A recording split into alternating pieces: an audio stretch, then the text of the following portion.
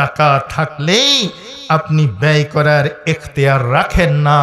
টাকা ব্যয় করতে হবে শরিয়াত অনুমোদিত পথে। কিয়ামতের মাঠ এত কঠিন হবে, এত বিপদ সংকুল হবে, এত মারাত্মক হবে, মুসিবত এমনভাবে মানুষের উপরে জেঁকে বসবে, কোনো নারী কোনো পুরুষের দিকে অনুরূপ কোনো পুরুষ কোনো নারীর দিকে তাকানোর অবকাশ পাবে না। وَنُفِخَ فِي الصُّورِ فَإِذَا هُمْ مِنَ الْأَجْدَاثِ إِلَى رَبِّهِمْ يَنْسِلُونَ।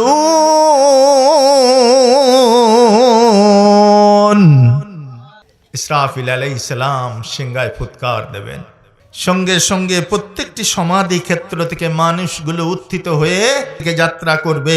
প্রশ্ন করা হয়েছে, উত্তর দান ছাড়া কেউ এক পাও সামনে এগোতে পারবে না। এই দুনিয়ার জীবন তোমার জন্য সব নয়। এই দুনিয়ার জীবন তোমার ক্ষণিকের জীবন, তোমার অনন্তকালের জীবন হচ্ছে আখিরাতের জীবন। হে মানুষ, সেই আখিরাতে বিশ্বাস করো। আহলে হাদিস আন্দোলন বাংলাদেশ, আসুন পবিত্র কুরআন ও সহিহ হাদিসের আলোকে জীবন গড়ি। আসসালামু আলাইকুম ওয়া রাহমাতুল্লাহি ওয়া বারাকাতুহু। নাহমাদুহু ওয়া নাস্তাঈনুহু ওয়া নাস্তাগফিরুহু ওয়া নু'মিনু বিহি ওয়া নাতাওয়াক্কালু আলাইহি ونعوذ بالله من شرور أنفسنا ومن سيئات أعمالنا من يهده الله فلا مضل له ومن يضلل فلا هادي له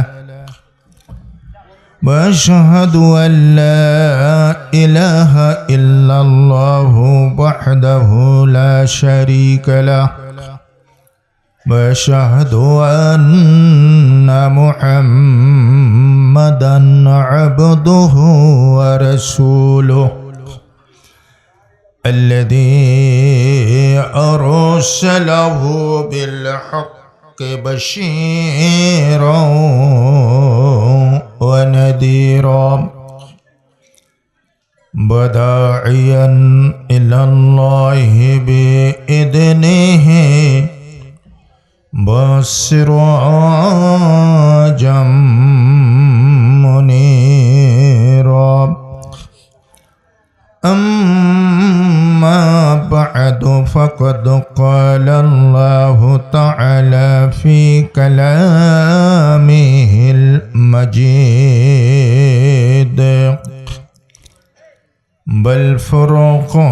بالفرقان الحميد أعوذ بالله।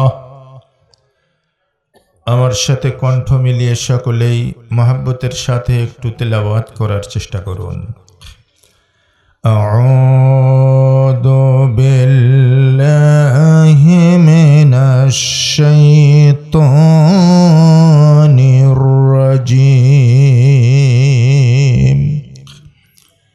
বিসমিল্লাহির রাহমানির রাহিম।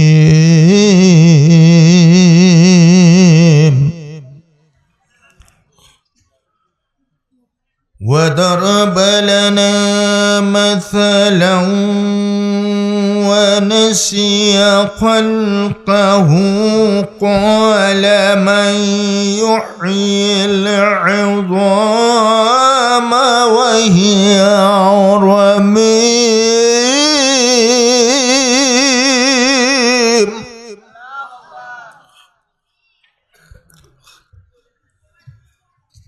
قل احيي الذي أنشأها أول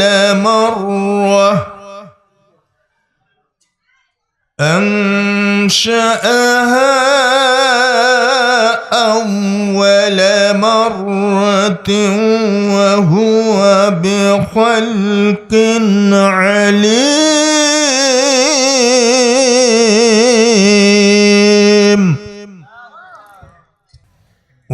الله بن مسعود رضي الله عنه قال قال رسول الله صلى الله عليه وسلم لا تزول قدم ابن آدم يوم القيامة من عند ربه حتى يسأل عن خمس: عن شباب، عن عمره فيما أفناه، وعن شبابه فيما أبلاه، وعن ماله من أين اكتسبه، وفيما أنفقه، وماذا عمل فيما علم. رواه الترمذي. وعن عائشة رضي الله عنها قالت قال رسول الله صلى الله عليه وسلم قالت سمعت رسول الله صلى الله عليه وسلم يقول الناس سمعت رسول الله صلى الله عليه وسلم يقول يحشر الناس يوم القيامة حفاة عراة وغرلا. قالت عائشة يا رسول الله الرجال والنساء جميعا ينظر بعضهم إلى بعض. قال يا عائشة الأمر أشد من أن ينظر بعضهم إلى بعض. رواه مسلم.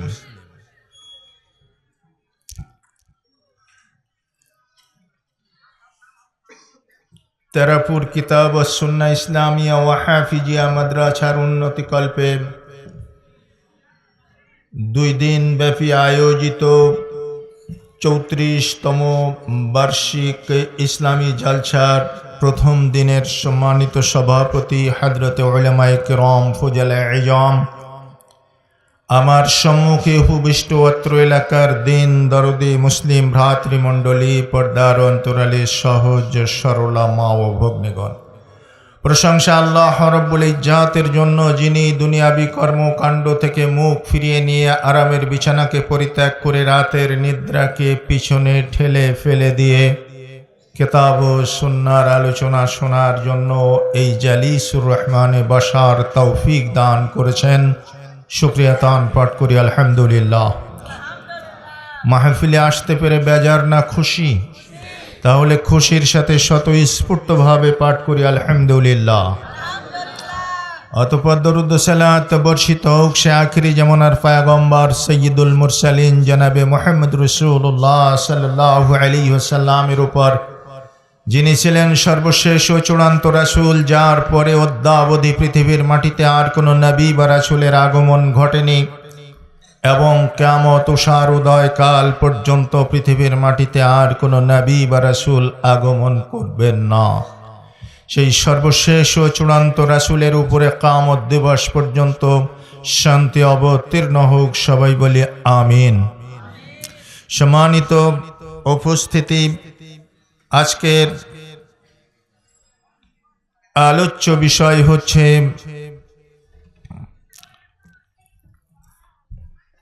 বায়ানিল হাশর ইয়াউমাল কিয়ামাহ,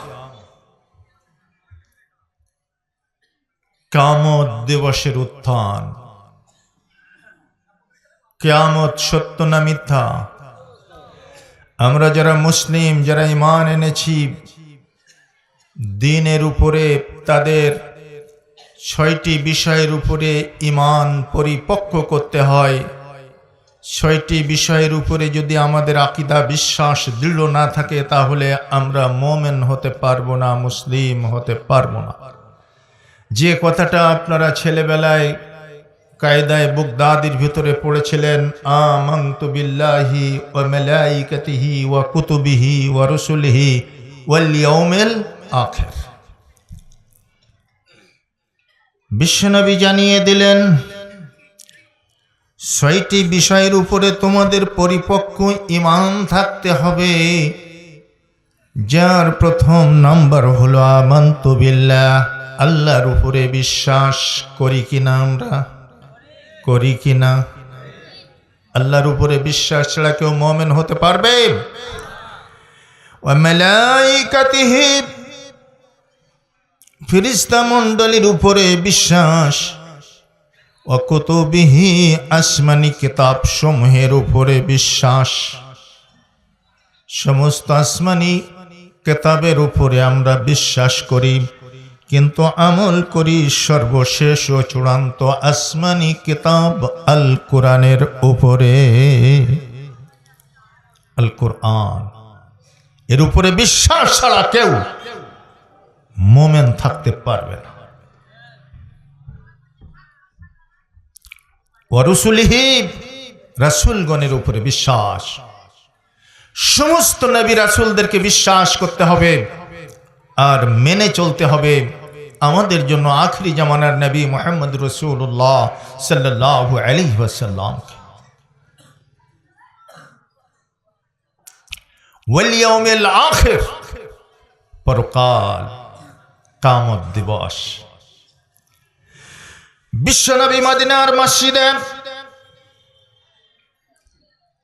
সাহাবীদের নিয়ে বসে আছেন। হঠাৎ করে দুইজন ব্যক্তি চলে আসলো। একজনের নাম হলো উবাই বিন খালফ, আর দ্বিতীয় ব্যক্তির নাম হলো আসি বিন ওয়াইল।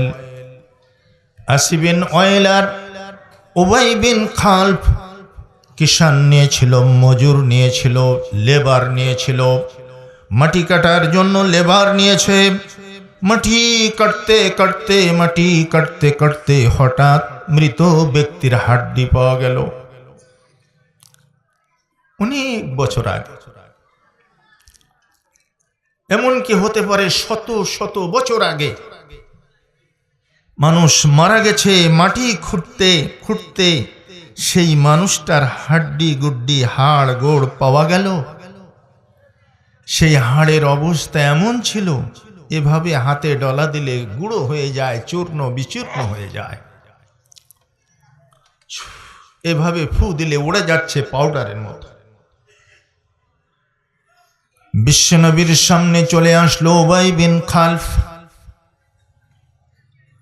আর আসি বিন ওয়াইল। দুইজন বুদ্ধিমান ব্যক্তি চলে এসেছে। আল্লাহর নবীকে লক্ষ্য করে বলতেছেন, হে মুহাম্মদ সাল্লাল্লাহু আলাইহি ওয়াসাল্লাম, নবী আপনি যেই নতুন দিনের দাওয়াত নিয়ে এসেছেন, কিয়ামতের দিনে মানুষগুলোকে আল্লাহ পাক উঠাবেন, কিন্তু কেমন করে তিনি উঠাবেন? এই দেখুন হাড় হাড্ডিগুলোর অবস্থা দেখুন। কত শত শত বছর আগে এই মানুষগুলো মরে মাটির সাথে মিশে গিয়েছে। তাদের হাড়গুলোর এমন অবস্থা হয়েছে, পচে গলে মাটির সাথে মিশে যাবার উপক্রম হয়েছে। হাতে ডলা দেওয়া মাত্র গুঁড়ি গুঁড়ি হয়ে যাচ্ছে, পাউডার হয়ে যাচ্ছে। ফু দিলে এই পাউডারগুলো বাতাসের সাথে উড়ে কোথায় নিশ্চিহ্ন হয়ে যাচ্ছে, কোনো রকমের কোনো অস্তিত্ব নাই, কোনো খবর নাই। হে নবী, আপনি কেমন ধরনের আজব কথা বলেন? এই হাড় হাড্ডি থেকে আল্লাহ রাব্বুল আলামিন কেমন করে মানুষগুলোকে জীবিত করবে? দেখে যুক্তি, দেখে কথা বুঝতে কষ্ট হচ্ছে না? যুক্তি দেখেন। যুক্তি দিয়ে কি ইসলাম হয়? যারা না বললেন তারা তো বললেন, যারা মুখ বন্ধ করে বসে থাকলেন তারা কি মনে করছেন যুক্তি দিয়ে ইসলাম বাঁচে?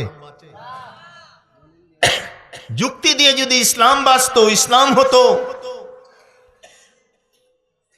তাহলে বায়ু বাতাস সরে যাওয়ার পরে অজু ভেঙে যায় না? অজু থাকে,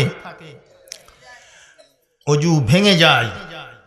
পুনরায় যখন অজু করেন তখন হাত পায়ের মুখমণ্ডল অঙ্গ প্রত্যঙ্গগুলো ধৌত করতে হয়। যেখান থেকে বায়ু নিঃসরিত হয়েছে সেখানে কি ধৌত করার প্রয়োজন হয়? তো যুক্তি তো বলে আগে ওই জায়গায় ধুয়ে এসো, কিন্তু সেটা তো না। যুক্তিবাদের যুক্তিতে হাই জাহেলিয়াতের আগমন, ফের আজরের মূর্তি আবার মোদের হাতে উত্তোলন। ঠিক কিনা? যুক্তিবাদের যুক্তিতে হাই জাহেলিয়াতের আগমন, ফেরা আজরের মূর্তি আবার মোদের হাতে উত্তোলন, সবরের মিনার কেমনে শাহাদাতেরই সাক্ষ্য হয়, এদেশের ভার্সিটিতে কিসের মূর্তি দেখা যায়। যুগে যুগে এমনি করে মূর্তি পুজো এসেছে, স্বাধীনতার দোহাই দিয়ে মূর্তি ওরা গড়েছে। যুক্তি দিয়ে এগুলা হবে, ইসলাম হবে না।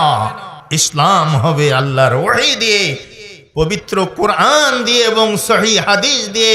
এক কথায় যে দুটোকে বলা হয় ওহী, সুতরাং ইসলাম চলবে কিসের ভিত্তিতে? ওহীর ভিত্তিতে। জোরে কোন, ইসলাম চলবে কিসের ভিত্তিতে?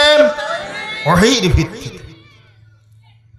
ওরা মনে করলো দুইজন যে বিশ্ব নবীকে মনে হয় ঠকিয়ে দিয়েছি, নিরুত্তর করে দিয়েছি। আল্লাহ নবী কোনো কিছু বলছেন না। মুহাম্মদ হরগিজ না গুফতা তানা গুফতা জিবরাইল, জিবরাইল হরগিজ না গুফতা তানা গুফতা কিরদেগার। নবীজি ততক্ষণ কিছু বলতেন না যতক্ষণ জিবরিল আমিন তার কাছে ওহী পাঠাতেন। জিবরিল আমিন ততক্ষণ কিছু বলতেন না যতক্ষণ আল্লাহ পাক তাকে ওহী নাজিল না করতেন, ওহীর বার্তা না দিতেন। সুতরাং বিশ্বনবী কিছুই বলছেন না, চুপ থেকেছেন। আসি বিন ওয়াইল মনে করতেছে, ওবাই বিন খলফ মনে করতেছে নবীকে নিরুত্তর করে দিয়েছি, এর কোনো উত্তর নাই। তাহলে প্রমাণ হয় আল্লাহ রাব্বুল আলামিন কিয়ামতের মাঠে হাজার হাজার বছর আগে যেই মানুষগুলো মারা গেছে, মাটির সাথে মিশে গেছে, ওই মানুষগুলোকে আর উত্তোলন করতে পারবেন না। নবীজি যদি নিরুত্তর থাকেন, কোনো জবাব না দিতে পারেন, তাহলে অবশ্যই প্রমাণ হয় আল্লাহ পাক মানুষকে জিন্দা করতে পারবেন না। কিন্তু না, আল্লাহ রাব্বুল আলামিন বিজ্ঞানময় কোরআনে তার জবাব দিয়েছে। কোরআন কি? বিজ্ঞানময়। কোরআন কি?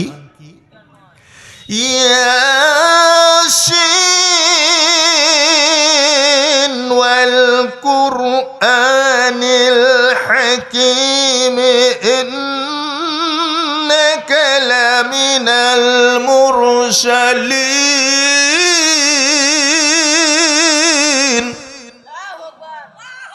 ইয়াসিন ওয়াল কুরআনিল হাকীম, আল্লাহ বলছেন বিজ্ঞানময় কোরআনের শপথ। কোরআন উত্তর দিচ্ছে, আল্লাহর নবী বলে দিলেন ওই কাফেরদের সামনে। সূরা ইয়াসিনের আয়াত আল্লাহ নাজিল করলেন ৭৮ নম্বর আয়াত আর ৮৯ নম্বর আয়াত। সূরা ইয়াসিন ৭৮ এবং ৮৯। وَضَرَبَ لَنَا مَثَلًا وَنَسِيَ خَلْقَهُ قَالَ مَنْ يُحْيِي الْعِظَامَ وَهِيَ رَمِيمٌ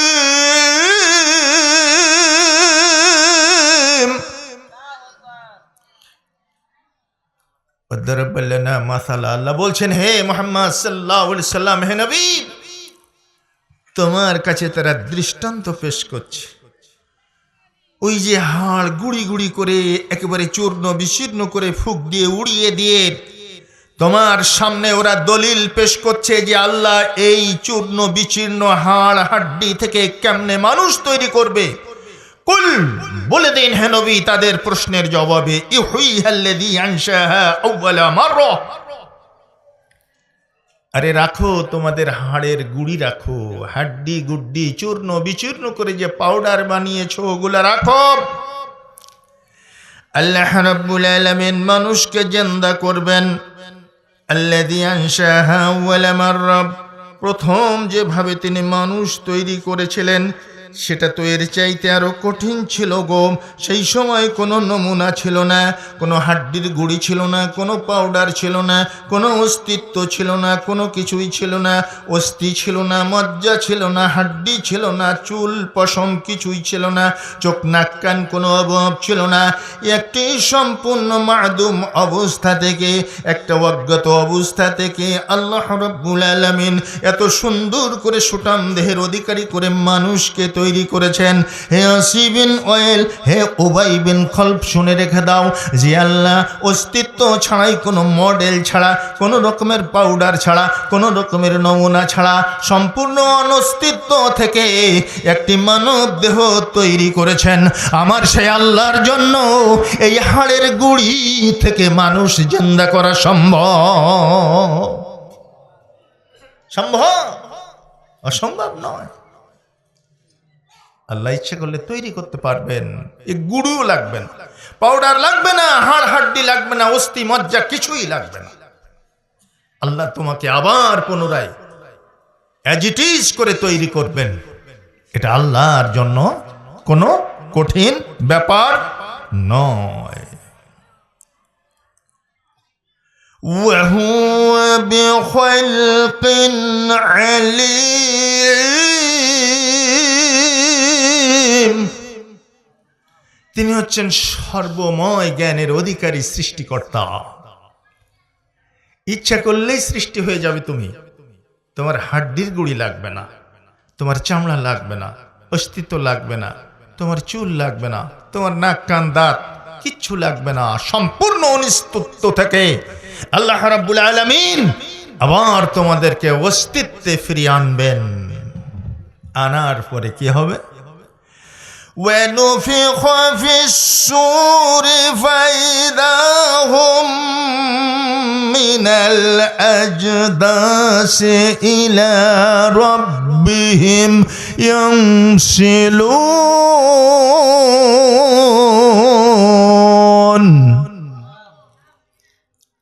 সর্বশেষ ইসরাফিল আলাইহিস সালাম সিংহায় ফুৎকার দেবেন। فَإِذَا هُمْ مِنَ الْأَجْدَاثِ إِلَى رَبِّهِمْ يَنْسِلُونَ। সঙ্গে সঙ্গে প্রত্যেকটি সমাধি ক্ষেত্র থেকে মানুষগুলো উত্থিত হয়ে কিয়ামতের দিকে, হাসরের দিকে যাত্রা করবে, মহাযাত্রা করবে ময়দানে মাহশরের দিকে। আর বলবে ক্বালু, তারা বলবে ইয়া ওয়াইলানা মান বা'আসানা মিন মারকাদিনা হাদা মা ওয়া'দার রহমানু ওয়া সাদাকাল মুরসালুন। তারা বলবে হায় আফসোস, হায় আফসোস, কে আমাদেরকে জিন্দা করলো আমাদের সমাধি ক্ষেত্র থেকে? আমরা তো হাজার হাজার বছর, শত শত বছর ধরে এই সমাধি ক্ষেত্রে পড়েছিলাম, মরে আমরা পড়েছিলাম, কেউ আমাদেরকে জিন্দা করেনি। এভাবে অবয়াব দিয়ে আমাদের যাত্রা করার জন্য ডাক দেয়নি। আজকে কে ডাক দিল? হাদামা ওয়া'দার রহমানু ওয়া সাদাকাল মুরসালুন। এটাই হচ্ছে সেই দিন, যেই দিন তোমাদের রহমান তোমাদের জন্য ওয়াদা করেছিলেন, আর তোমাদের কাছে আম্বিয়ায়ে কেরাম এই সংবাদটা পৌঁছে দিয়েছিল। ওই যে নবীজি বললেন ওয়াল ইয়াউমিল আখির, প্রত্যেকটি নবী কথা বলে গেছেন আখিরাতে বিশ্বাস করো হে মানুষ। এই দুনিয়ার জীবন তোমার জন্য সব নয়। এই দুনিয়ার জীবন তোমার ক্ষণিকের জীবন, তোমার অনন্তকালের জীবন হচ্ছে আখিরাতের জীবন। হে মানুষ, সেই আখিরাতে বিশ্বাস করো। এই সংবাদ প্রত্যেকটি নবী দিয়েছেন এবং এর চূড়ান্ত সংবাদদাতা, সর্বশেষ সংবাদদাতা মুহাম্মদ সাল্লাল্লাহু আলাইহি ওয়াসাল্লাম দিয়েছেন। জোরে কই সুবহানাল্লাহ। মানুষ ময়দানে মাহশরে উত্থিত হয়ে গেল, এখন সামনের দিকে অগ্রসর হবে। মানুষ জিন্দা হয়ে গেছে, মানুষ যাত্রা শুরু করেছে, মানুষ এখন সামনের দিকে অগ্রসর হবে। কিন্তু যেতে পারছে না, কিন্তু যেতে পারছে না, আটকে গেছে, আটকে গেছে, যেতে পারছে না, যেতে পারছে না। 5টা প্রশ্ন করা হয়েছে। এই 5টা প্রশ্নের উত্তর দান ছাড়া, 5টা প্রশ্নের জবাব দেওয়া ছাড়া কেউ এক পাও সামনে এগোতে পারবে না। নবীজি সে কথাটাও আমাদের সামনে বলে দিয়েছেন। সম্মানিত সুধী মণ্ডলী, আপনাদের এই মাদ্রাসাতে পরীক্ষা হয় না? এভাবে আশেপাশে যে সমস্ত সরকারি বেসরকারি প্রতিষ্ঠান রয়েছে সব প্রতিষ্ঠানে পরীক্ষা হয় কিনা? আচ্ছা, পরীক্ষায় কি প্রশ্ন আসবে, এই প্রশ্নগুলা কি উস্তাদজি যারা থাকেন, যারা আসাতে যায় কেরাম, যারা শিক্ষক থাকেন, তারা ছাত্রদের কাছে প্রশ্ন আউট করে দেয়? পৃথিবীর কোন পরীক্ষার নিয়মে এটা আছে যে পরীক্ষার আগে প্রশ্ন আউট করে দেবে? আছে? একমাত্র আল্লাহর প্রশ্ন আল্লাহ আউট করে দিয়েছেন। জোরে কই সুবহানাল্লাহ। আল্লাহ রাব্বুল আলামিন বলে দিলেন, প্রশ্ন আউট করে দিলাম, বিশ্ব নবীর মাধ্যমে আউট করে দিলাম। ও দুনিয়ার মানুষেরা, আমি আল্লাহ রাব্বুল আলামিন কিয়ামতের মাঠে যেই পরীক্ষাগুলো গ্রহণ করব সেই পরীক্ষার প্রশ্ন তোমাদের জন্য ফাঁস করে দিলাম। নবীজি বলে দিলেন, লা তাজুলু কদাম ইবনি আদম ইয়াউমাল কিয়ামতি মিন ইনদি রাব্বিহি হাত্তা ইউসআলা আন খামস।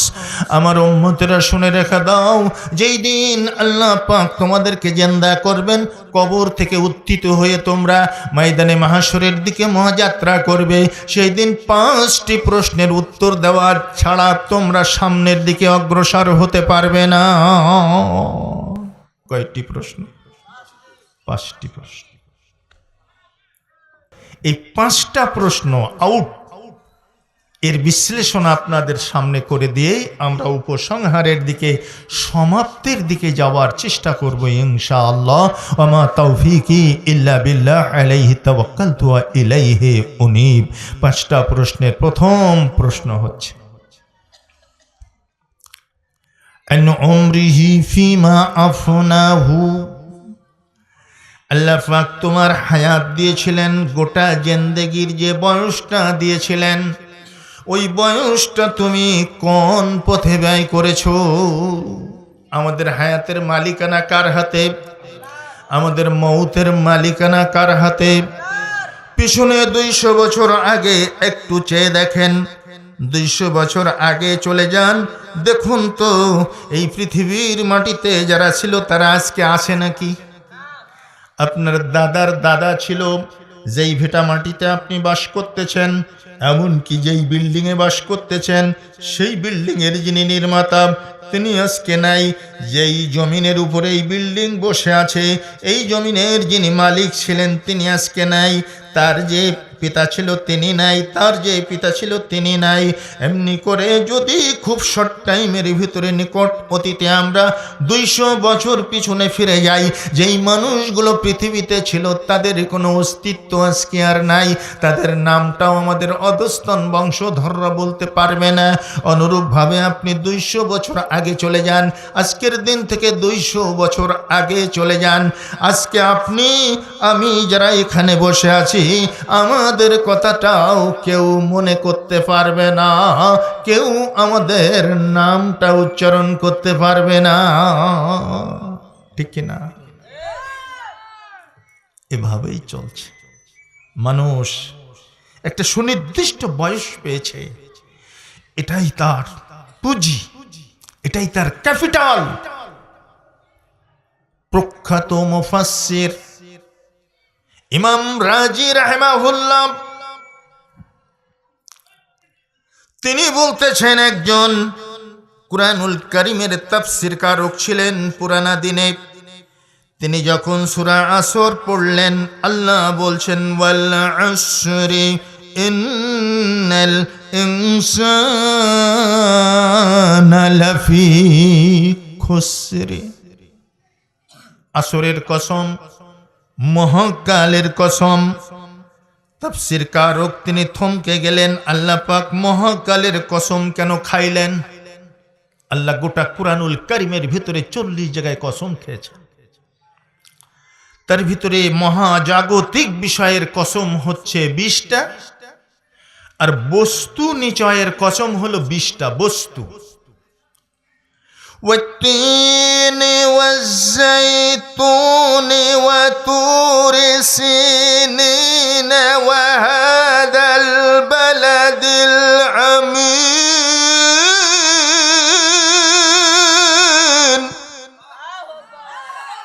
চারটে কসম আছে এই আয়াতে। 3 ডুমুরের কসম। জৈতুন, জলপাই জাতীয় একটা ফল সৌদি আরবে পাওয়া যায়। এই 3 আমাদের দেশের ডুমুরের মতো নয়, খুব সুস্বাদু। 3 ফলের কসম, জৈতুন ফলের কসম।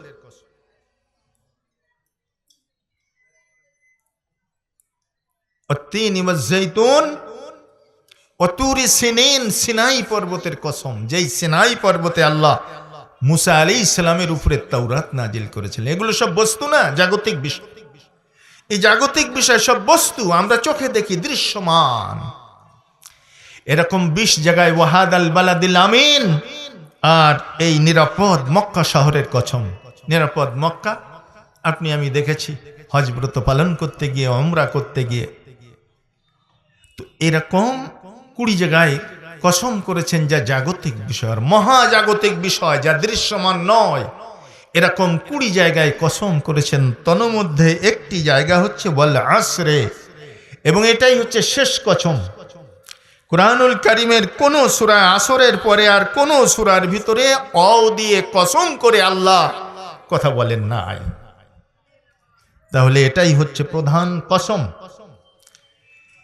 এখানে আপনারা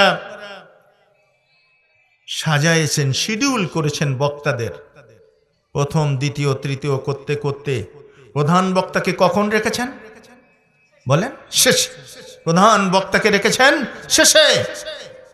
এটা জগতের নিয়ম, আর আল্লাহ রাব্বুল আলামিনও এই পদ্ধতিতে সাজিয়েছেন। ওয়াল আসর, আসরের কসম, সব শেষ কসম। মুফাসসিরিন কিরাম বলতে চাচ্ছেন এটাই হচ্ছে প্রধানতম কসম। তো আল্লাহ পাক প্রধান কসমটা করতে গিয়ে সময়ের কসম কেন করলেন? ওয়াল আসরে, মহাকালের কসম কেন করলেন? ইমাম রাজি বলেন, পুরনো দিনের ওই মুফাসসির কিছুতেই এই ব্যাখ্যাটা তিনি উদ্ঘাটন করতে পারছেন না। তিনি গবেষণা করতেছেন, চিন্তা করতেছেন, চিন্তা করতে করতে একদিন তিনি বাজারে চলে গেছেন, স্থানীয় হাটে চলে গেছেন। ওই হাটে, ওই বাজারে একজন ব্যবসায়ী এক কর্নারে বসে বসে চিৎকার করতেছে আর বলতেছে, ওগো কে আছো, ওগো কে আছো, ইরহামু আলা মান ইয়াজুবু রাসু মালিহি, ওগো কে আছো সেই ব্যক্তির উপরে, সেই ব্যবসায়ীর উপরে রহম করো যেই ব্যবসায়ীর মূলধনটা সময় চলে যাওয়ার সাথে সাথে নিশ্চিহ্ন হয়ে যাচ্ছে। দেখেন, সব ব্যবসায়ীরা ব্যবসা করে, বিক্রয় হয়ে যাওয়ার পরে অবশিষ্ট মাল আবার বান্ডিল করে বস্তাবন্দি করে গুদামজাত করে রাখে, পরের দিন আবার সেটা মেলে নিয়ে বসে বাজারে। কিন্তু এই ব্যবসায়ী বলতেছেন, ইরহামু আলা মান ইয়াজুবু রাসু মালিহি, তোমরা সেই ব্যবসায়ীর উপরে রহম করো একটু, যেই ব্যবসায়ীর মূলধন নিঃশেষ হয়ে যাচ্ছে। ইমাম রাজি বলছেন, সেই মুফাসসির ওই ব্যক্তির কাছে গেলেন যে কি এমন মাল দেখে আসিত যেটা সময় চলে যাওয়ার সাথে সাথে নিঃশেষ হয়ে যাচ্ছে। তিনি যে দেখতে পেলেন একজন বরফ ব্যবসায়ী বরফ বিক্রি করতেছে, যেটা বিক্রি হচ্ছে সেই পয়সাটা তার বাক্সে জমতেছে, আর যেটা বিক্রি হচ্ছে না, সময় চলে যাচ্ছে, আস্তে আস্তে পানি হয়ে গলে নিঃশেষ হয়ে যাচ্ছে, তার মূলধন নষ্ট হয়ে যাচ্ছে। তাই তিনি কাতর কণ্ঠে বলছেন, হে ক্রেতা সকল, তোমরা সেই ব্যবসায়ীর উপরে রহম করো, সময় চলে যাওয়ার সাথে সাথে যার মূলধন শেষ হয়ে যাচ্ছে। ইমাম রাজি বলেন, তখন সেই তাফসীর কারক বললেন, আল্লাহ, আমি পেয়ে গেছি তুমি মহাকালের শপথ কেন করেছো, কসম কেন করেছো। রব্বুল আলামিন ওয়াল আসরে, মহাকাল থেকে মানুষের জীবনের জন্য, প্রত্যেকটি মানুষের জীবনের জন্য তুমি একটা কাল নির্ধারণ করে দিয়েছো, একটা সময়, একটা আয়ুষ্কাল তুমি বেঁধে দিয়েছো, নির্ধারণ করে দিয়েছো।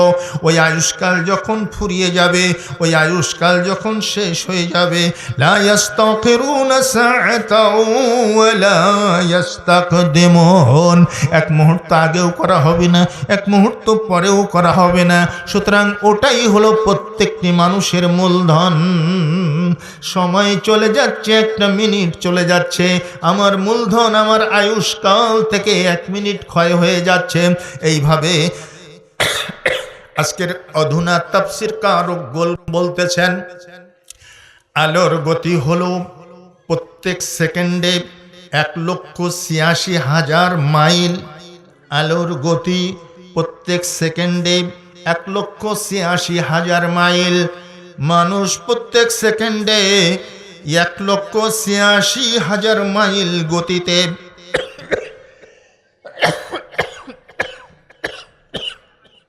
1,86,000 মাইল অর্থাৎ প্রায় 300 কিলোমিটার বেগে, 3 লক্ষ কিলোমিটার বেগে, 3 লক্ষ কিলোমিটার বেগে মৃত্যুর খুঁটির দিকে এগিয়ে যাচ্ছে। জোরে কোন সুবহানাল্লাহ।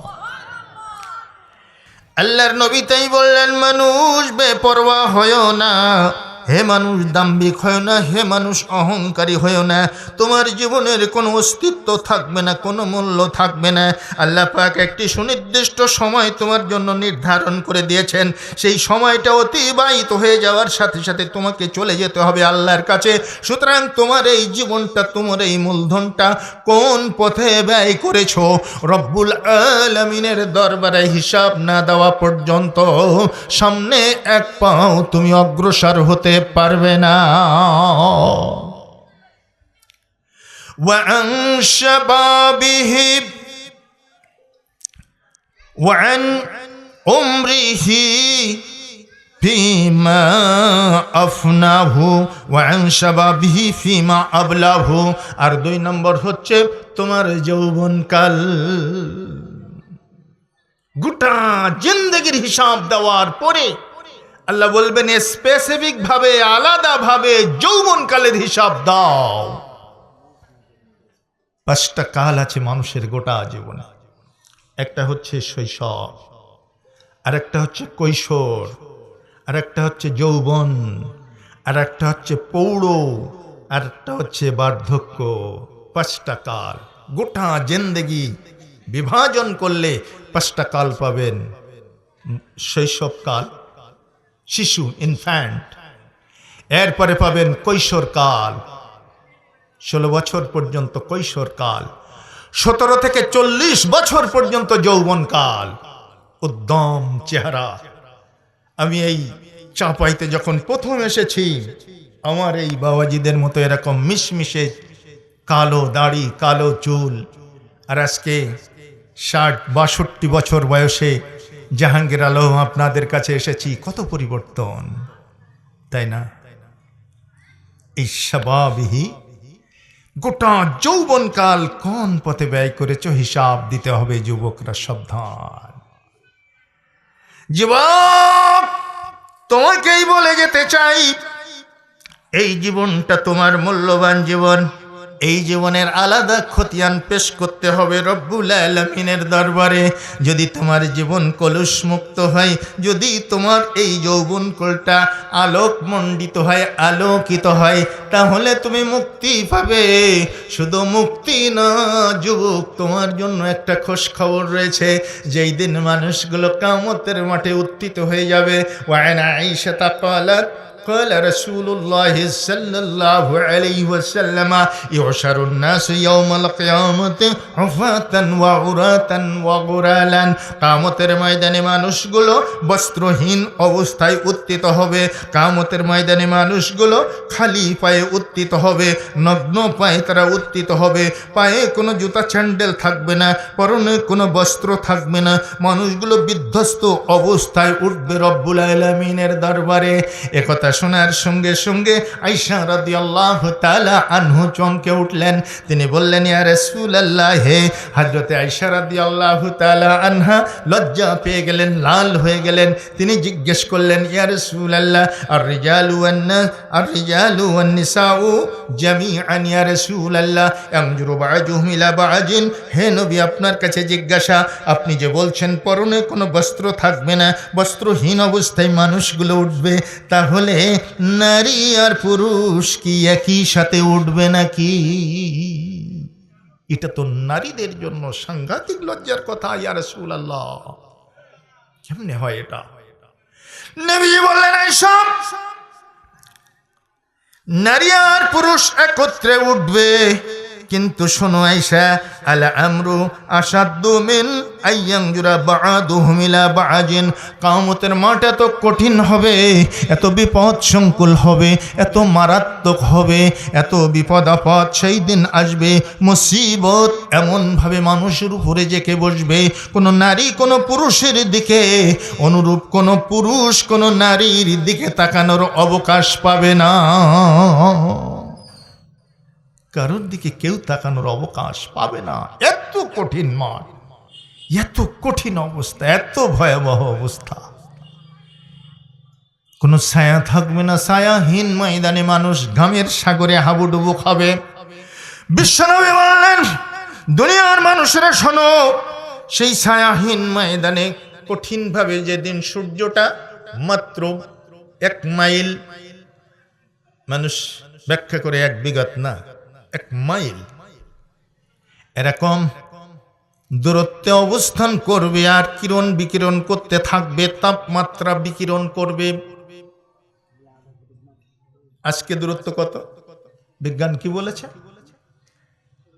কত? সূর্য আর পৃথিবীর মাঝখানে দূরত্ব 15 কোটি কিলোমিটার। চিন্তা করেন তাহলে তাপমাত্রা যখন বেড়ে যায় আমাদের অবস্থা কেমন হয়ে যায়। আর সেই সূর্যটা যখন মাত্র মাইল খানেক দূরে থাকবে, সেখান থেকে তাপ বিকিরণ করবে, অবস্থা কি হবে? আল্লাহুস সামাদ। বিশ্বনবী বললেন, সেই দিন 7 নাফার ইউজিল্লুহুমুল্লাহু ফি জিল্লিহি ইয়াওমা লা জিল্লা ইল্লা জিল্লুহু, ইমামুন আদিলুন শাবুন নাশআ ফি ইবাদাতিল্লাহ। সেই দিন মানুষগুলো কোনো ছায়া পাবে না, কিন্তু 7 শ্রেণীর মানুষ আল্লাহ রাব্বুল আলামিনের আরশে আজিমের নিচে ছায়া প্রাপ্ত হবে। কয় শ্রেণীর মানুষ? 7 শ্রেণীর মানুষ আল্লাহ রাব্বুল আলামিনের আরশে আজিমের নিচে তারা ছায়া প্রাপ্ত হবে। ইমামুন আদিলুন, ন্যায় বিচারক সুলতান, ন্যায় বিচারক বাদশাহ। মনে রাখবেন, ক্ষমতা যারা রাষ্ট্র শাসন করেন, যারা রাষ্ট্রীয় ক্ষমতার অধিকারী হন, আল্লাহ রাব্বুল আলামিন তাদের ক্ষমতা দান করেন। কুলিল্লাহুম্মা মালিকাল মুলকে তুতিল মুলকা মান তাশা।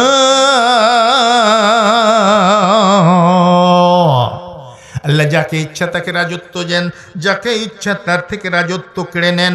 সুতরাং আল্লাহ পাক যাদেরকে সুলতান বানান, যাদেরকে শাসক বানান, দেশ ও সমাজের যাদের পরিচালক বানান, দেশের শাসক গোষ্ঠী যারাই সুলতান হয়, যারা ইমাম হয়, তারা যদি আদেল হয়, তারা যদি ইনসাফ করতে পারে, তারা যদি ন্যায় বিচার কায়েম করতে পারে, ওই ন্যায় বিচারক সুলতান কিয়ামতের ময়দানে আল্লাহ পাকের আরশে আজিমের নিচে ছায়া প্রাপ্ত হবে।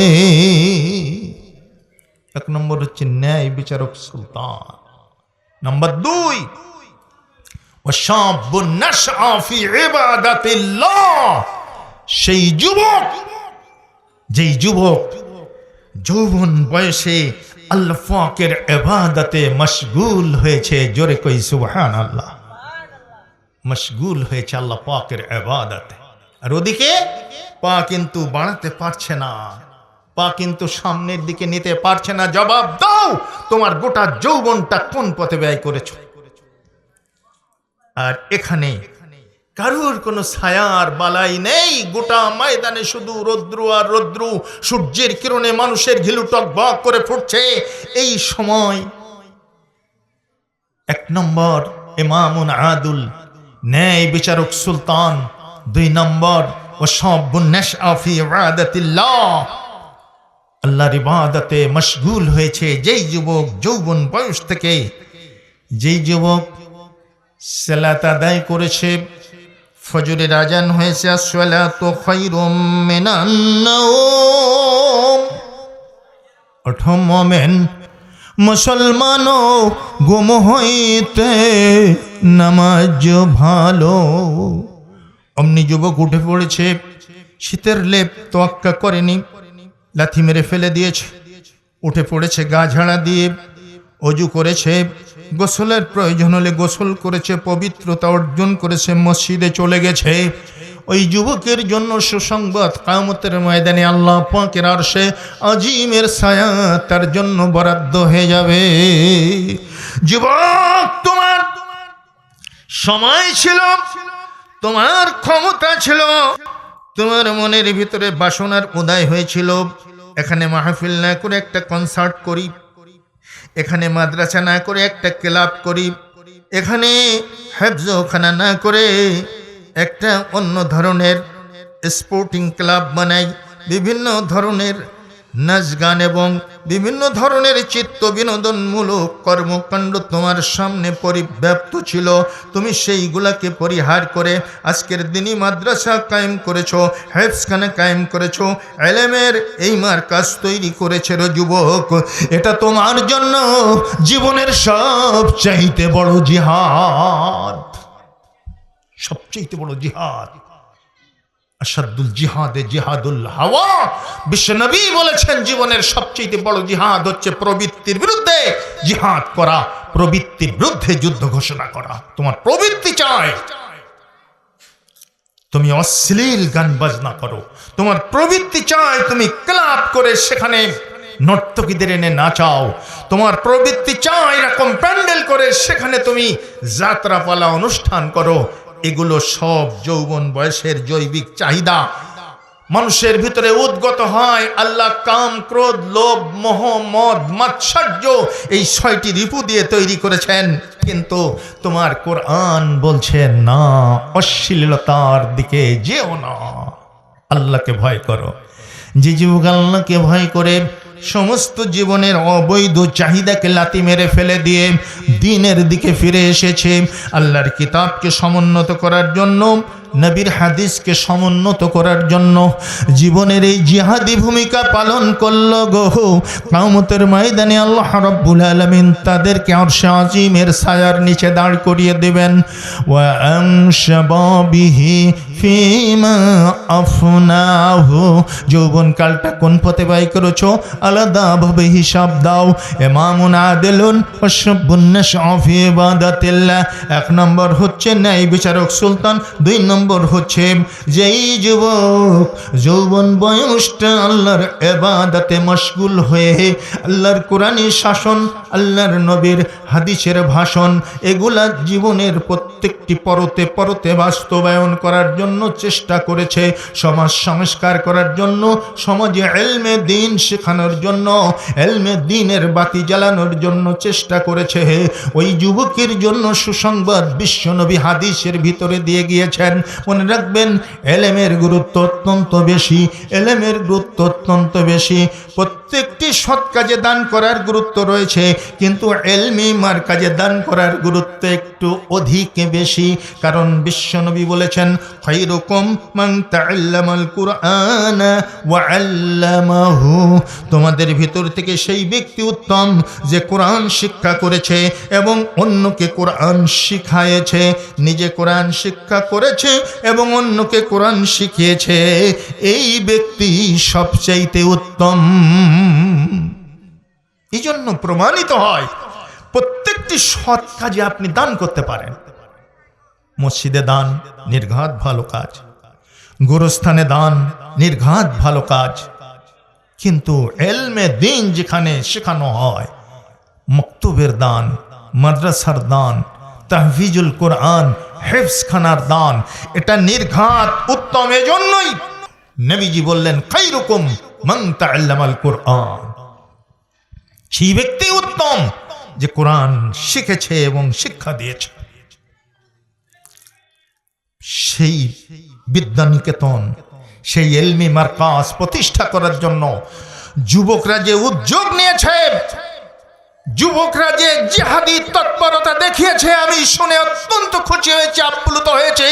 আমি বিশ্বাস করি, আমি ওয়াদা করে যাচ্ছি আজকের ময়দানে আপনাদের এই যুব শক্তি যদি এই ইলমে দ্বীনের জন্য, এই ইসলামী মারকাজের জন্য, এই হিফজখানার জন্য, এই মাদ্রাসার জন্য এই ত্যাগের পরাকাষ্ঠা দেখাতে পারে, কিয়ামত পর্যন্ত এই মাদ্রাসা এখানে চালু থাকবে ইনশাআল্লাহ। এটাকে মুছে দেওয়া যাবে না। তবে হ্যাঁ, যদি যুব শক্তি পিছিয়ে যায়, অনৈতিক কর্মকাণ্ডে তারা আত্মনিয়োগ করে, চলবে না, প্রতিষ্ঠান চলবে না। আপনারা হয়তো মনে করতে পারেন তাহলে মুরব্বীদের পদক্ষেপের কোনো মূল্য নাই। হ্যাঁ, অবশ্যই আছে, অবশ্যই রয়েছে। আল্লাহর নবী মুহাম্মদ রাসূলুল্লাহ সাল্লাল্লাহু আলাইহি ওয়াসাল্লাম প্রথম সমাজ সংস্কারের জন্য, আন্দোলনের জন্য একটা গ্রুপ বাছাই করে নিয়েছিলেন, সেটা হলো যুবক শ্রেণী। তাদের নাম হলো হিলফুল ফুজুল। ইসলামের ইতিহাসে আপনারা পড়েছেন। সুতরাং যুবকদের জন্য অনেক দায়িত্ব, অনেক খোঁজখবর। যুবক, তোমার যৌবনের এই উদ্যম সময়টা যদি তুমি দ্বীনের জন্য ব্যয় করতে পারো, সেই যুবক যে আত্মনিয়োগ করেছে দ্বীনের কাজে যৌবন বয়সে। ওয়ারাজুলুন কলবুহু মুআল্লাকাতুন ফিল মসজিদে। আর 3 নম্বর ব্যক্তি আরশে আজিমের নিচে যে ছায়া প্রাপ্ত হবে, ওই ব্যক্তি যার অন্তরটা মসজিদের দিকে লটকানো আছে, নামাজ পড়ে বেরিয়ে আসে, আবার কানটা খাড়া করে থাকে। কখন মুয়াজ্জিন ডাক দিয়ে বলবে হাইয়া আলাস সালাহ, হাইয়া আলাস সালাহ, সালাতের জন্য এসো, মুক্তির জন্য এসো, অমনি তাড়াতাড়ি করে সমস্ত কর্মকাণ্ড ফেলে দিয়ে নামাজের জন্য মসজিদে ছুটে যায়। এই ব্যক্তি আরশে আজিমের ছায়ার নিচে স্থান পেয়ে যাবে। ওয়ারাজুলুন তাহাব্বা ওয়ারাজুলানি তাহাব্বা ফিল্লাহি ইজতিমা আলাইহি ওয়া তাফাররাকা আলাইহি। এমন 2 ব্যক্তি আল্লাহর খুশির জন্য ভালোবাসা করেছে, একে অপরকে মহব্বত করে আল্লাহর খুশির জন্য, আবার আল্লাহর খুশির জন্য একে অপর থেকে পৃথক হয়ে যায়, ফারাক হয়ে যায়। আল্লাহর জন্য ভালোবাসে, আবার আল্লাহর খুশির জন্যই পৃথক হয়ে যায়।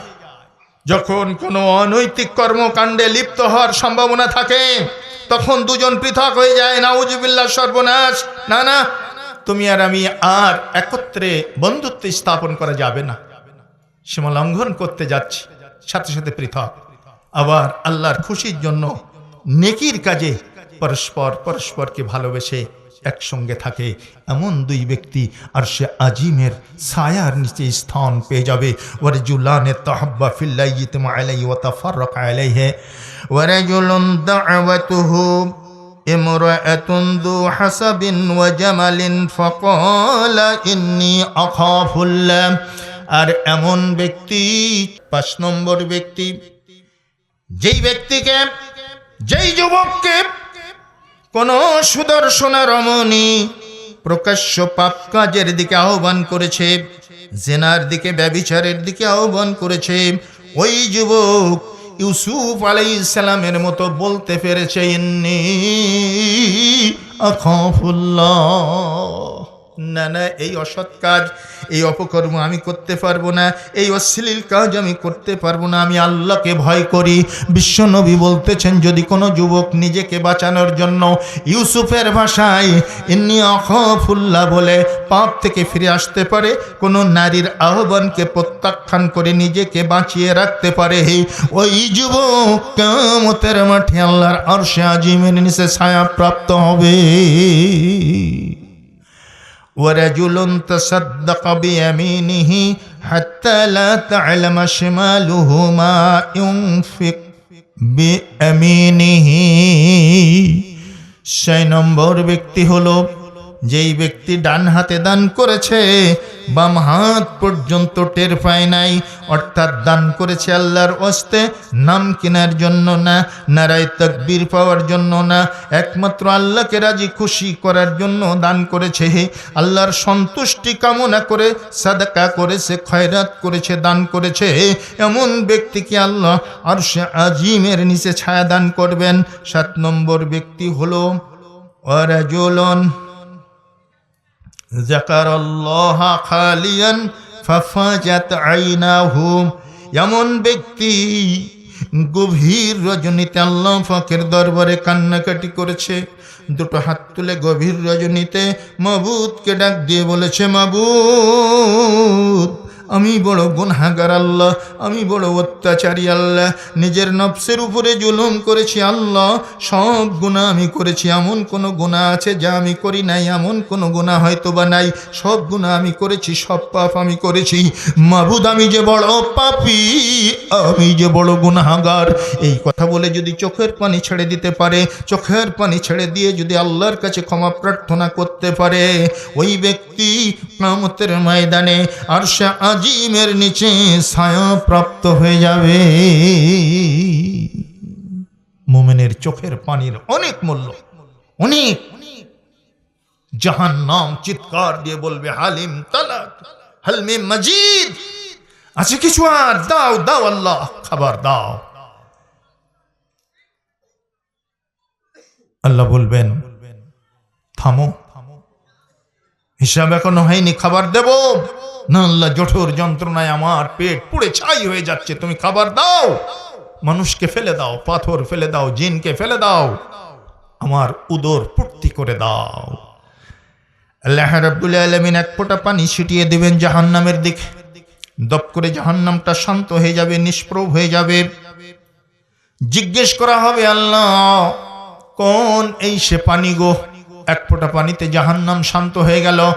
আল্লাহ রাব্বুল আলামিন বলবেন, এই পানি আর কোনো পানি নয়, এই পানি হলো গভীর রজনীতে আমার মোমেন বান্দা বান্দিরা আমার কাছে ক্ষমা চেয়েছিল, জাহান্নামের আগুন থেকে বাঁচতে চেয়ে আমার কাছে চোখের পানি ফেলে প্রার্থনা করেছিল। আমি ওই মোমেন বান্দা বান্দির চোখের পানি বৃথা যেতে দেয়নি, ওই পানি আমি সংরক্ষণ করে রেখেছি। আমি সেই পানির এক ফোঁটা ছিটিয়ে দিলাম। জাহান্নামের আগুন সব কিছু পুড়িয়ে ছাই করতে পারে, কিন্তু মোমেনের চোখের পানি কোনো দিন পুড়িয়ে ছাই করতে পারে না। সম্মানিত সুধী, এই 7 শ্রেণীর মানুষ আর আজিমের ছায়ার নিচে থাকবে। তন্মধ্যে যুবক, তোমার জন্য খোঁজ খবর, তুমিও থাকবে যদি তোমার যৌবন কালটা আল্লাহর দ্বীনের জন্য ব্যয় করতে পারো। চলুন সেখানে। ওয়ান শাবাবিহি ফিমা আবলাহু, দাঁড় করিয়ে রাখা হয়েছে, যুবককে যেতে দেওয়া হচ্ছে না। আনু উমরিহি, গোটা বয়সের হিসাব দেওয়া হয়েছে, এখন যৌবনকালের হিসাব দাও, তারপরে পা বাড়াও। যৌবনের হিসাব দিয়ে তারপরে যুবককে আল্লাহর দরবারে পা বাড়াতে হবে। ওয়া আম্মালিহি, 3 নম্বর হচ্ছে মালের ব্যাপার। মিন আইনাক্তাসাবাহু, কোন পথে আয় করেছো। অফিমা আনফাকাহু, আর কোন পথে ব্যয় করেছো। অর্থাৎ মাল আয়ের ব্যাপার, মাল ব্যয়ের ব্যাপার, দুটোই আল্লাহর কাছে হিসাব দিতে হবে। তাহলে 4টা পেলাম, গোটা জীবন, গোটা জিন্দেগির বয়স কিভাবে পার করেছো, গোটা যৌবনকাল কোন পথে ব্যয় করেছো। 3, গোটা ইনকাম কোন পথে করেছো, হালাল পথে করেছো না হারাম পথে করেছো, সেটার হিসাব দিয়ে পা বাড়াতে হবে। অফিমা আনফাকাহু, আর 4 হচ্ছে, 4 কোন পথে ব্যয় করেছো, কোন পথে ব্যয় করেছো। টাকা থাকলেই আপনি ব্যয় করার এখতিয়ার রাখেন না, টাকা ব্যয় করতে হবে শরিয়াত অনুমোদিত পথে। আপনি যাচ্ছেন রাজশাহীর উপর দিয়ে নাটোরে যাচ্ছেন, ঢাকার গাড়িতে চড়ে, পরিবহনে চড়ে, রাজশাহী শহর পার হয়ে কিছু দূর যেতেই বিড়লদহ নামে একটি জায়গা রয়েছে, সেখানকার খাদেমরা বলছে ফেলেন ফেলেন ফেলেন ফেলেন ফেলেন, আপনি 10 টাকা ফেলে দিয়েছেন। বাস, এই ব্যয় আপনার শরিয়া সম্মত ব্যয় হয়নি, শরিয়াত অনুমোদিত খাতে ব্যয় হয়নি। এই 10 টাকার জন্য, এই 10 টাকা ব্যয়ের জন্য আপনাকে জাহান্নামে যেতে হবে, যেহেতু আপনি শিরিক করে ফেলেছেন। কারণ বলুন, আপনারাই বলুন, টাকা মৃত মানুষের প্রয়োজন না জীবিত মানুষের প্রয়োজন? জীবিত মানুষের প্রয়োজন। অর্থাৎ সেই জীবিত মানুষ যখন আপনার আমার কাছে চায়, তখন আমরা বিনয়ের সুরে বলি, বাবা মাফ করো। আর মরা মানুষের কবরে পয়সা ফেলে দিচ্ছি। মরা মানুষ একটি পয়সাও কাজে লাগাতে পারে না, তাদের খাবারের প্রয়োজন নাই, শীতের দিনে গরম কাপড়ের প্রয়োজন নাই, একটা পয়সা তাদের কল্যাণে ব্যয় হয় না। ওই পয়সাগুলো কবরে মাজারে যারা খাদেম থাকে সেই সমস্ত রাঘববলরা ভোগ করে। আমার বন্ধুরা, এইভাবে যেই সমস্ত মানুষ কবরে পয়সা দিচ্ছে, মাজারে পয়সা দিচ্ছে, যারা দুর্গা দেবীকে দেখতে গিয়ে পয়সা দিচ্ছে, পূজা মণ্ডপে গিয়ে পয়সা খরচ করতেছে, নিজের পকেটের পয়সা, সরকারি অনুদান দেওয়া যাবে, কিন্তু নিজের পয়সা পূজা মণ্ডপে দেওয়ার কোনো অনুমোদিত ইসলামী বিধান আমার টুটাফাটা এলেম দিয়ে আমি পাইনি। সরকারি প্রতিনিধি সরকারি অনুদান দিতে পারে, কিন্তু নিজের তহবিল থেকে ওই পাড়ার ভোট পাওয়ার আশায় সেখানে পয়সা দিয়ে দিলাম পূজা মণ্ডপে, এটার বৈধতা আমি আমার টুটাফাটা এলেম দিয়ে পাইনি। সম্মানিত সুধী, সেজন্যই আল্লাহ পাকের নবী বলছেন, কোন পথে আয় করেছো এটাও যেমন হিসাব দিতে হবে, কোন পথে ব্যয় করেছো সেটাও হিসাব দিতে হবে। ব্যয়ের খাত তোমার ইচ্ছা মতো হবে না, ব্যয়ের খাত হতে হবে শরিয়া অনুমোদিত খাত। وماذا عمل فيما علم وماذا عمل فيما علم وماذا عمل فيما علم, তুমি যা এলেম অর্জন করেছো সেই এলেম অনুযায়ী আমল করেছো কি না। এলেমের মর্যাদা কোথায় দেখুন। এলেম আল্লাহ রাব্বুল আলামিন কুরআনুল কারীমে বলেছেন, হাল ইয়াস্তাবিল্লাযীনা ইয়ালামুনা ওয়াল্লাযীনা লা ইয়ালামুন। হে জগতের মানুষ, যারা জানে, যারা জাননেওয়ালা, যারা জ্ঞানী আর যারা মূর্খ, এরা কি কোনোদিন এক হতে পারে নাকি? কোনোদিন এক হবে না। আলো আর অন্ধকার যেমন এক হয় না, ছায়া আর রৌদ্র যেমন এক হয় না, তেমনি আলেম আর জাহেল কোনোদিন এক হয় না। আল্লাহ বলছেন, আমি আলেমের মর্যাদা, জ্ঞানীদের মর্যাদা আমি বাড়িয়ে দিয়েছি। ওয়ামা উতিতুম মিনাল ইলমি ইল্লা কলিলা। তবে জেনে রেখে দিও, মানুষের জ্ঞান দিয়েছি, এই জ্ঞান অত্যন্ত সসীম, এই জ্ঞান অত্যন্ত সসীম, অসীম জ্ঞান ভাণ্ডার আমি আল্লাহ আমার কাছে রেখে দিয়েছি। ওমাই ইউতাল হিকমাতা ফাকাদ উতিয়া খাইরান কাসীরা। আমি যাদেরকে জ্ঞানী করলাম, আমি যাদেরকে হিকমত দিলাম, আমি যাদেরকে প্রজ্ঞা দিলাম, তাদের আমি অনেক ভালো কিছু দান করলাম। সুতরাং এলেম হচ্ছে প্রজ্ঞা, এলেম হচ্ছে আল্লাহ প্রদত্ত বিদ্যা, এলেম হচ্ছে আল্লাহ প্রদত্ত নিয়ামত। যাদেরকে এলেম দিয়েছেন আল্লাহ, তারা হলো আলেম, তারা হলো জ্ঞানী। এই জ্ঞানী মানুষদের প্রাধান্য আল্লাহ পাক দিয়েছেন সমস্ত জায়গায়। কুরআনুল কারীম মন্থন করলে পাওয়া যায়, হাদিসের ভিতরে প্রমাণ পাওয়া যায় জ্ঞানীদের মর্যাদা অনেক বেশি। সুতরাং সেই জ্ঞান ভাণ্ডার তৈরির জন্য, সেই জ্ঞান ভাণ্ডার আহরণের জন্য চাই হলো মাদ্রাসা।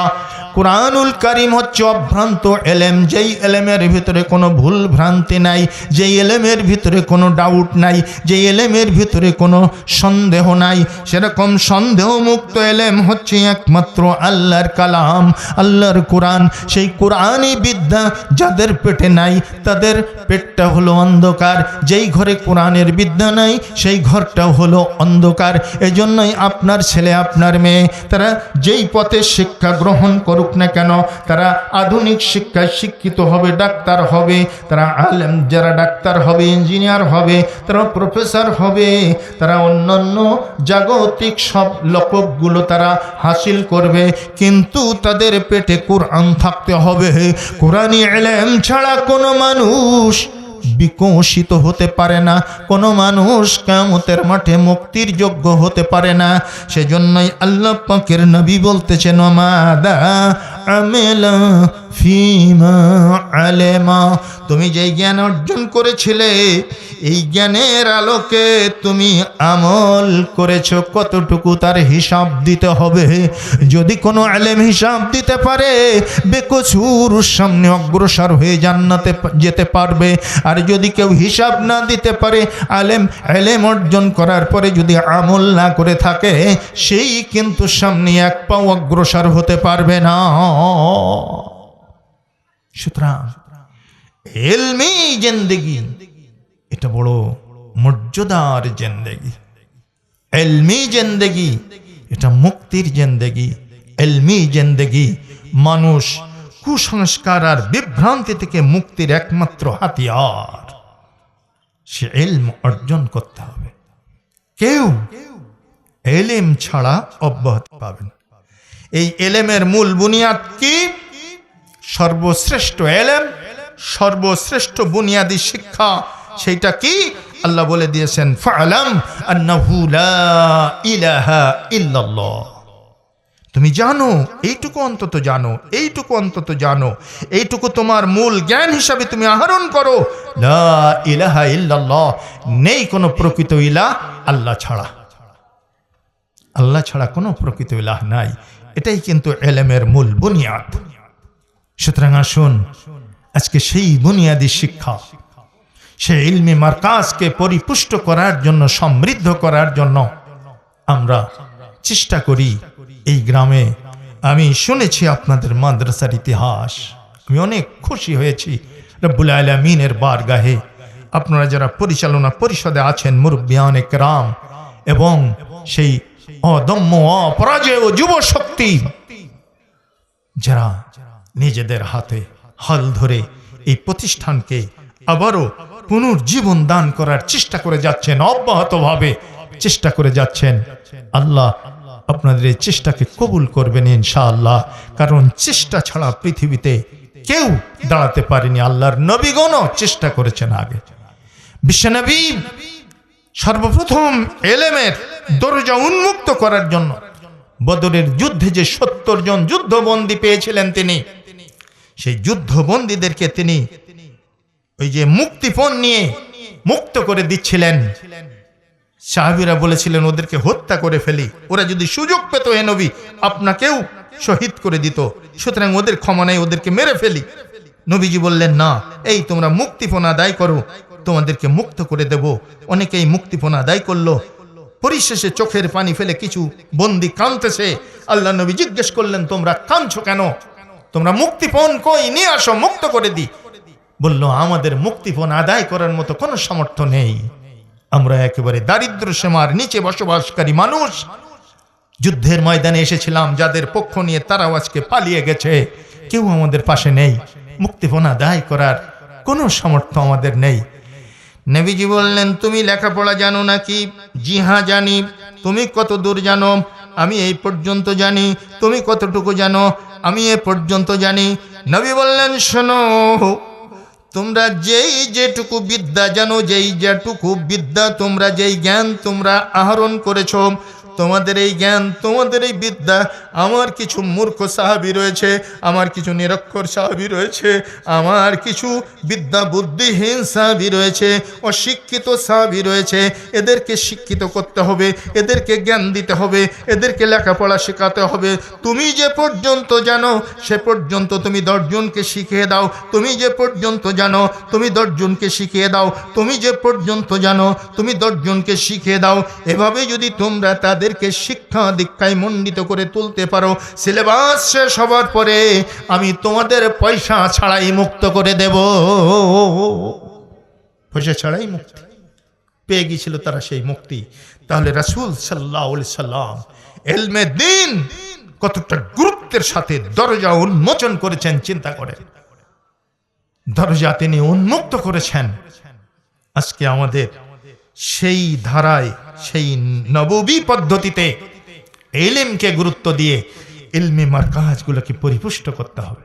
আপনারা অনেকেই আপনাদের একেবারে জিহাদি সওগাত এই টেবিলে হাজির করেছেন। যাওয়ার সময়তে যদি মনে করেন জাহাঙ্গীর আলম সাহেব সেই সুদূর খুলনা বাগেরহাট সুন্দরবনের উপকণ্ঠ থেকে এসেছে, তার হাতেও কিছু দান আমরা রেখে যাব, নগদে কিংবা বাকিতে মৌসুমি ফসল, সামনে কালাই উঠতেছে, তারপর এরই ধান উঠবে, মৌসুমি ফসল থেকেও কিছু দান যদি আপনারা এখানে ঘোষণা করে দিয়ে যেতে পারেন, ইনশাল্লাহ আমি মুসাফির আপনাদের জন্য প্রাণ ঢালা দোয়া করে যাব আর দাবি রেখে যাব, এই প্রতিষ্ঠান যেন আর হোঁচট না খায়, প্রতিষ্ঠান যেন আর পিছনে পিছিয়ে না যায়, এগিয়ে যাবে, এই আশাবাদ ব্যক্ত করে সামনে আপনাদেরকে চলতে হবে, দৃঢ় প্রত্যয় ব্যক্ত করতে হবে। যুবক এবং মুরব্বী সকলকে একেবারে সম্যকভাবে পদক্ষেপ নিয়ে এই প্রতিষ্ঠানকে শনৈ শনৈ উন্নতির দিকে এগিয়ে নিতে হবে, এই দৃঢ় প্রত্যাশা সকলের ভিতরে থাকতে হবে। আশা করি আপনারা সেই মর্মে কোমর বেঁধে লেগে যাবেন সামনের দিনগুলিতে। এ আশাবাদ ব্যক্ত করে সকলকে অন্তরের অন্তঃস্থল থেকে ধন্যবাদ মুবারকবাদ জ্ঞাপন করে আজকের বক্তব্য এখানেই পরিসমাপ্ত করব। আবারও অত্র মাদ্রাসার আসাতে যাই ক্রাম আজিজ তোলাবা, এবং যাওয়ার আগে আমার কাছে 5টা বই রয়েছে, মাসনুন দোয়া ও জিকির, পকেট ডায়েরির মতো সাইজের বই, বইটা নিয়ে যাবেন। মাসনুন দোয়া ও জিকির, দিন ও রাত্রি যত জিকির আসকার, যত সুন্নতি দোয়া আছে সব এই বইয়ের ভিতরে আছে। হাদিস ফাউন্ডেশন বইটা প্রকাশ করেছে। ডক্টর মোহাম্মদ আসাদুল্লাহ আল গালিব সালাতুর রসুল, অনবদ্য এক নামাজ শিক্ষা, সমাজে রন্ধ্রে রন্ধ্রে পুঞ্জীভূত বেদাত সালাতের মধ্যে রয়েছে, সেটা থেকে মুক্ত থেকে সালাত আদায়ের পদ্ধতি এই বইয়ের ভিতর থেকে জানা যাবে। বইটি আপনারা নিয়ে যাবেন। আদর্শ সন্তান গঠনে মহিয়সী মা, ইতিহাসের কালজয়ী কাহিনী, এই বইটি আপনারা নিয়ে যাবেন। এই বইটির মূল লেখক হচ্ছেন জবনুল্লাহ আল আতির, মোহাম্মদ আব্দুল মালেক অনুবাদ করেছেন, হাদিস ফাউন্ডেশন প্রকাশ করেছে। বিবাহ, পরিবার ও সন্তান প্রতিপালন, বইটা লিখেছেন মোহাম্মদ আসাদুল্লাহ আল গালিব, বইটা নিয়ে যাবেন। মাসিক আর তাহারিক, মাত্র 10টা পত্রিকা আছে এখানে, আপনারা পারলে নিয়ে যাবেন।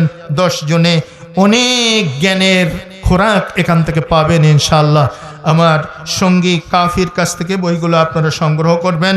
আপনাদের আন্তরিক দোয়া কামনা করে আমিও সকলের জন্য দোয়া প্রার্থনা রব্বুল আলামিনের দরবারে করে আজকের মতো এখানেই বিদায় চেয়েছি।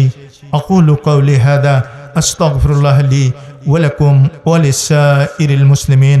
সুবহানাকা আল্লাহুম্মা ওয়া বিহামদিকা আশহাদু আল্লা ইলাহা ইল্লা আনতা আস্তাগফিরুকা ওয়া আতুবু ইলাইক। আসসালামু আলাইকুম ওয়া রাহমাতুল্লাহি ওয়া বারাকাতুহু।